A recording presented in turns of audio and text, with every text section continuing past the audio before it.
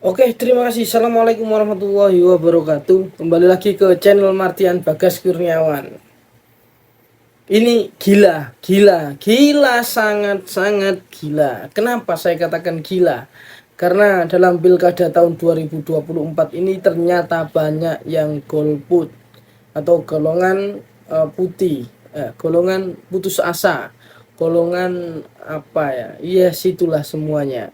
Karena presentasi dari beberapa pilihan yang lalu ini menurun dalam pilkada kali ini. Katakan di Jatim sendiri juga sangat menurun, di DKI Jakarta juga menurun. Lah menariknya teman-teman, selain golput juga ada yang lebih berbahaya, yakni apa ya? Golongan males, golmas, goles, golongan males berangkat ke TPS karena tidak ada uangnya.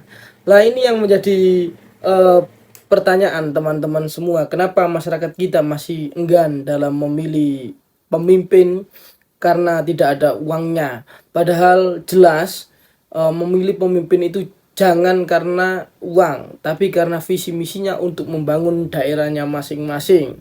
Tapi presentasi kali ini yakni menurunnya menurunnya pemilih dikarenakan banyaknya juga orang yang tidak menyebarkan uang. Kalau masih seperti itu politik kita, artinya sumber daya yang kita miliki ini juga akan mudah ditebak.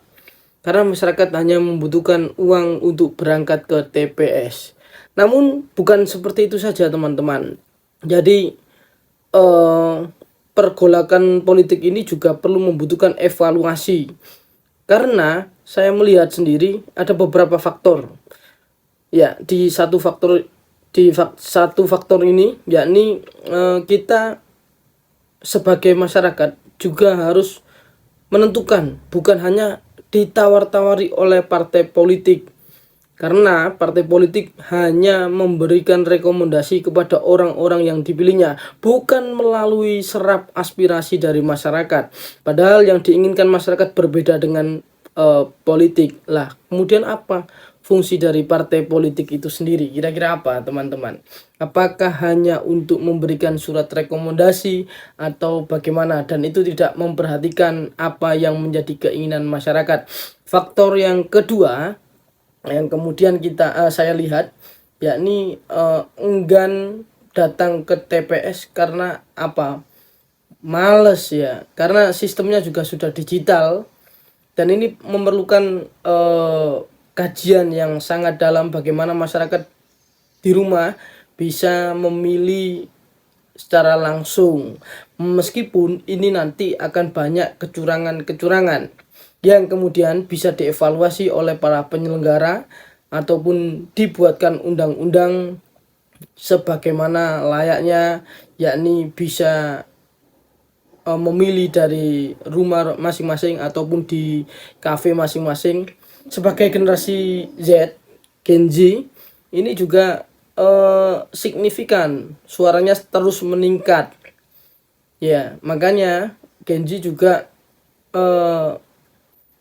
apa namanya, banyak menyuarakan suaranya melalui TPS masing-masing. Namun lebih eloknya ini ketika bisa dipilih lewat HP atau gadget masing-masing. Di faktor yang ketiga, yakni banyak golongan acu tak acu, golongan acu tak acu. Ya, bagaimana ya? Karena golcu ini memandang bahwa apa sih fungsi daripada memilih pemimpin daerah ini gitu. Toh tidak ada efeknya terhadap kehidupan kita. Ya, bagi saya sih apa ya? Golongan acu ini juga sangat menakutkan. Karena lebih baik golput ya. Golput masih memikirkan. Contoh nih, di beberapa daerah yang masih menggunakan musuh bumbung kosong, ini di Gresik katakan tetangga sebelah, ya ini hampir saja calon petahana yakni Gus Yani, ini suaranya yang bumbung kosong lebih banyak, tapi masih banyak Gus Yani ya. Karena ini sangat dahsyat teman-teman, melawan bumbung kosong ini sangat dahsyat. Lebih baik ada lawannya, jelas kelihatan calon 1 dan calon 2. Lah ini bumbung kosong melawan incumbent lagi ya. Sangat-sangat luar biasa ini persaingannya. Karena tidak tahu mana lawan mana kawan, ini nggak tahu. Jelas kalau ada paslon 1 dan juga paslon 2 ini enak gitu. Nah, golput ini masih menginginkan bahwa kedekatan mereka dengan para pihak kekuasaan ini harus bisa menyampaikan aspirasi yang ia miliki. Lah, kalau golcu ini, golongan cupu, golongan acu tak acu ini berbahaya. Bagaimana tidak berbahaya? Karena tidak lagi memikirkan bahwa masa depan kita sebagai Gen Z, sebagai pemuda, ini adalah nanti yang akan meneruskan step by step negara ya, step by step sistem pemerintahan yang ada. Lah, demokrasi kita telah menetapkan bahwa unsur dari rakyat, oleh rakyat, untuk rakyat. Ini mari kita kaji ulang lagi. Mula-mula kita dapat belajar dari tulisan Gus Dur di beberapa tahun yang lalu, yakni demokrasi seolah-olah ya layaknya kita yang kita bedah kemarin itu, layaknya sekarang hanya seolah-olah semua berbuat itu ya, seolah-olah menjadi katanya dosen saya kemarin, seolah-olah menjadi dosen padahal hanya mengejar sertifikasi, seolah-olah pemilu padahal itu adalah pestanya orang-orang oligarki ya, kira-kira seperti itulah. Namun nih seolah-olah saya juga seolah-olah sebagai pemuda yang ingin memikirkan masa depan bangsanya, kira-kira seperti itulah. Namun seolah-olah ini ada baiknya kalau demokrasi kita ini dari orde ke orde hingga sampai hari ini ke orde reformasi ini perlu menjadi tekanan yang sangat besar kepada para penguasa sendiri. Ya kenapa? Karena banyak nih masyarakat nih bahasa nih wong Jawa ya. Bahasa itu kena pajak. Namun di sisi lain ketika masyarakat itu membutuhkan pelayanan, lah ini tingkat di birokrasi kita ini sangat ribet dan sangat blubet, dan kadang pula ada yang mencemooh masyarakat bahwa dia tidak sadar kalian itu digaji oleh rakyat ya, kalian digaji oleh rakyat.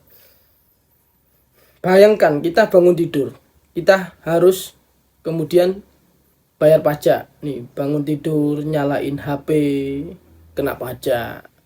Coba saya tanya, kuota kita itu pinjam atau sewa atau beli?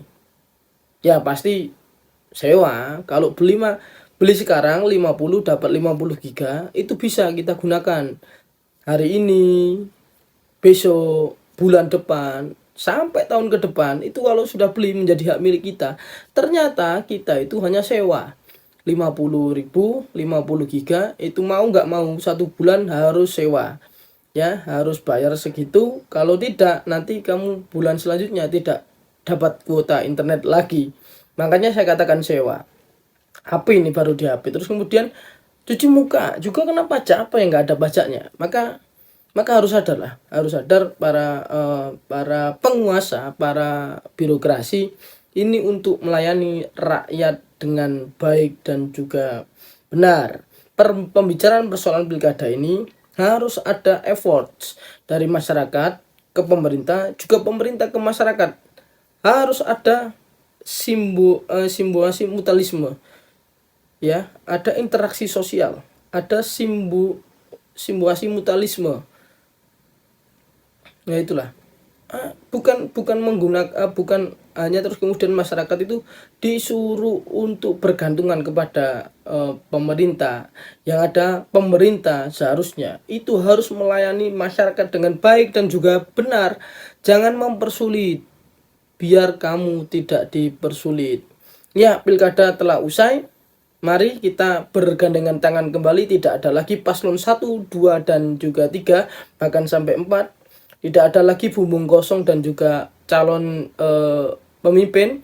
Mari kita bergandengan tangan, mari kita berpelukan, mari kita merangkul bersama, lebih-lebih untuk berbicara persoalan daerah kita menjadi maju dan juga berintegritas secara kinerja, secara sumber daya alamnya dan juga sumber daya manusianya. Saya Martian Bagas Kurniawan, ikutin terus channel saya Presiden Warung Kopi. Jangan lupa like, komen dan juga subscribe, dan juga jangan lupa bagikan konten ini ke teman-teman kalian.